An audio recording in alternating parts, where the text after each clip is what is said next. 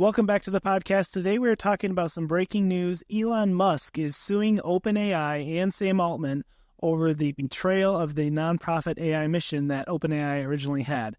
And I think this is a pretty just interesting topic because, is AI about bettering humanity or is it about profit? And, Elon Musk is claiming that originally is to help better humanity. But at the same time, if you don't have development dollars, you're not going to grow and you're going to get taken over. So, Jaden, what do you think about all this? Is Elon just blowing smoke, or is he trying to stir up drama, or is he actually have a ground to stand on here?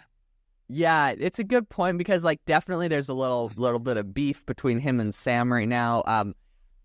What I would say is, as far as stirring up drama, his case is pretty solid in being that, he was one of the founders. Him and Sam Altman. I saw an email, which I'll bring up some insights from it in a second. But they obviously started it together. He put in $100 million. And he put it into a nonprofit with the idea that they were gonna build AGI and we're gonna help humanity, yada yada. And then it turned into a for-profit and got bought 50% by Microsoft, which is kind of interesting because when you hear the whole story of why this thing started, it's because he was talking to one of the co-founders of Google who was accused him of being speciest because he said that AI should prioritize humans. And he was like, whoa, that's kind of weird. Definitely I'm speciest. I'm a human. I'm going to prioritize humans.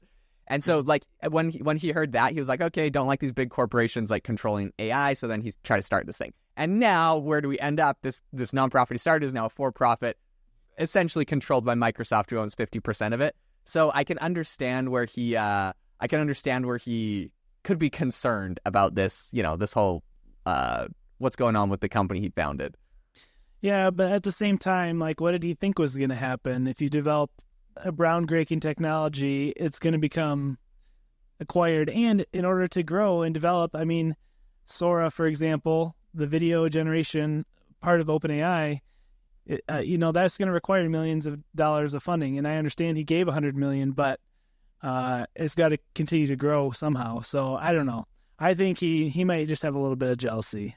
I definitely think he has a lot of jealousy, and he's the bitter petty level could be quite high on this. But legally, could he win? Yeah, probably.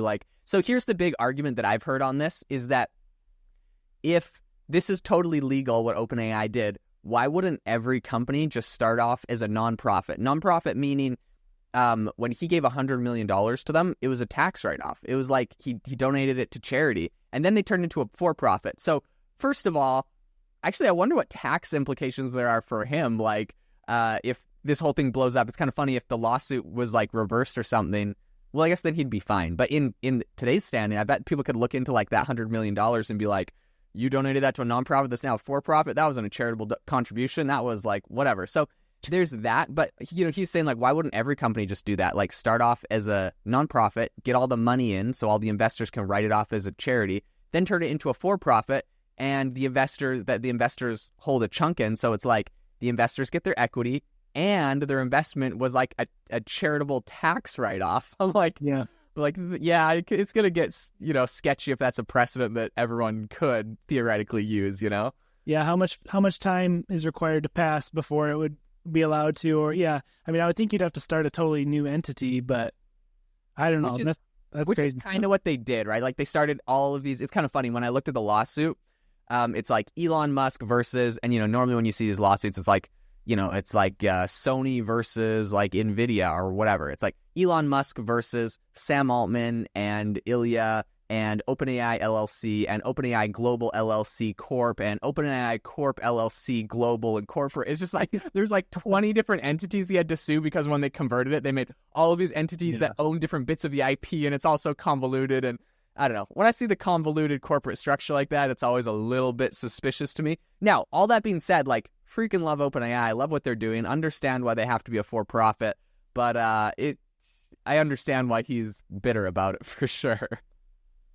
Yeah, so what are your thoughts on how does this impact the average person trying to use AI to make money?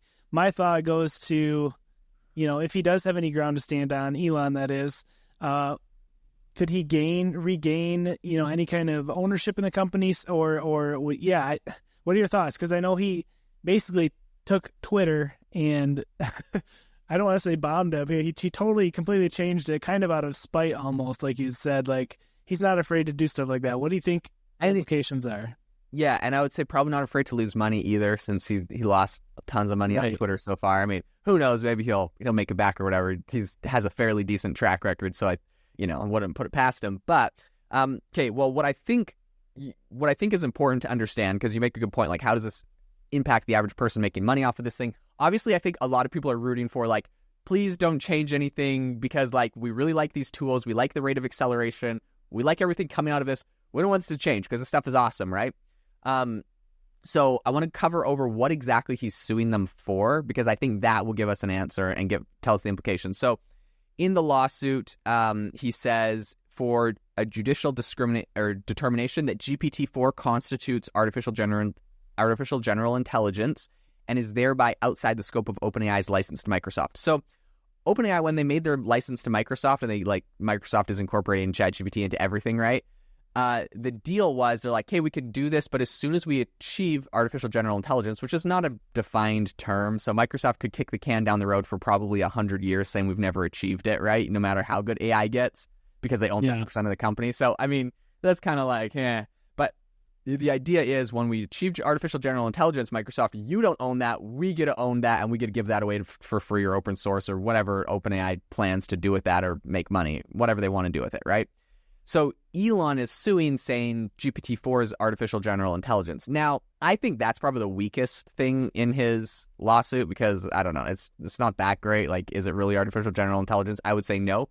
The other thing he says is, for judicial determination that Q star, that was a big thing that came out a while ago, and people are rumoring that it's going to come up again, which is essentially, allegedly, OpenAI has cracked the code. If you listen to our last episode about Anthropic's Claude, we went over benchmarks about how good GPT-4 and Claude were at different tasks. One of the areas that they both kind of struggled in specifically was like reasoning, math problems it struggles in. Graduate level reasoning, it's like only at 35%. That's pretty bad. Claude 3 was at 50%. Still not incredible. So legend has it this Q star thing has solved the reasoning in AI models. And so Elon's suing to say Q star is artificial general intelligence.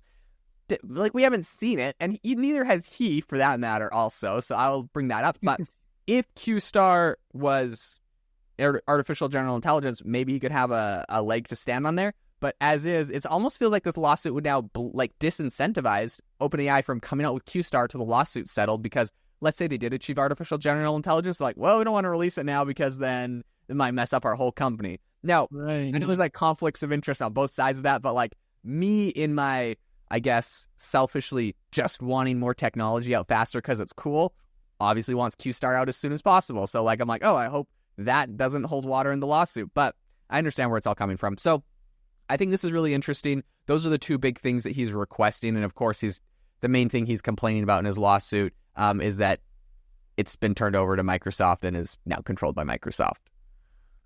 Okay, that's interesting. So he's not asking for necessarily shares back of the company or anything. He just basically wants them to have legal trouble because of their action.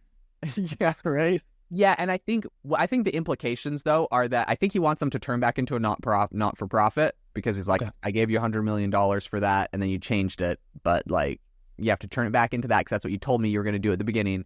And then he wants Microsoft not to control GPT-4 or Q star, which means technically that, based off of, like, it's called OpenAI because they're supposed to open source all this stuff, which means that they should open source it. So actually, I think that this would be in Elon's best interest for this to happen, because what that would mean was he's got his own competitor, Grok. He could essentially, once it's open source, now he gets ChatGPT or GPT-4 for free and Q star for free, and everyone gets Q star and GPT-4 for free. So essentially, it would just like kind of nuke OpenAI as a company and a revenue-making thing, because now they're going to open source it and everyone can get it for free. And I mean, he's like, well, that's what I gave you money for at the beginning.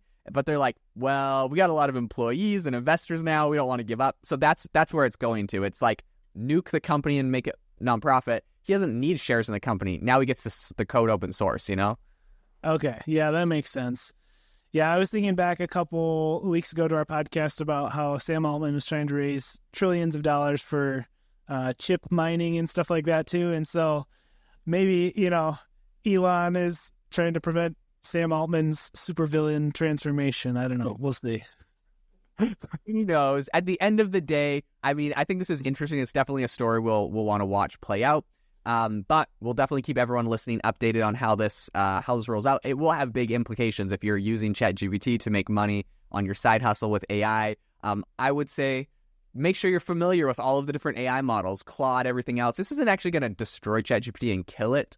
But I think it could change things in the company. And if you're into software and like that side, you're probably, celebrating, because if GPT-4 came out open source, which I remember Sam Altman on the Lex Fridman podcast being like, what do you think? Should we make it open source? Should we give it to everyone for free? And they like had this little discussion about it. But like, I think if Sam Altman brings that up, he knows that that's like a topic. He knows that like, that's what he should do according to how he started the company. And so that's why he's even bringing it up and asking it. Like he's asking Lex before Lex asks him, so it doesn't feel like he's in the hot seat, I'm assuming, right? Yeah. That's just how that conversation happens. But yeah, it'll be interesting to see. I don't think this would kill OpenAI, to be honest. But, I'm sure lots of people have different opinions on it. We'll keep you up to date on everything going on. If you enjoyed the podcast today, thank you so much for tuning in. We hope that you have an amazing rest of your day. And if you enjoyed it, it would mean the world to us if you leave us a review on Spotify. You got to hit the About tab, and you can leave some reviews on Apple Podcasts. You scroll down a bit and leave us some stars. If you've got any questions about AI, what's happening, leave them as a comment on Apple Podcasts, and we'll try to get around to those and answer them for you. Hope you all have an amazing rest of your day, and we'll talk to you next time.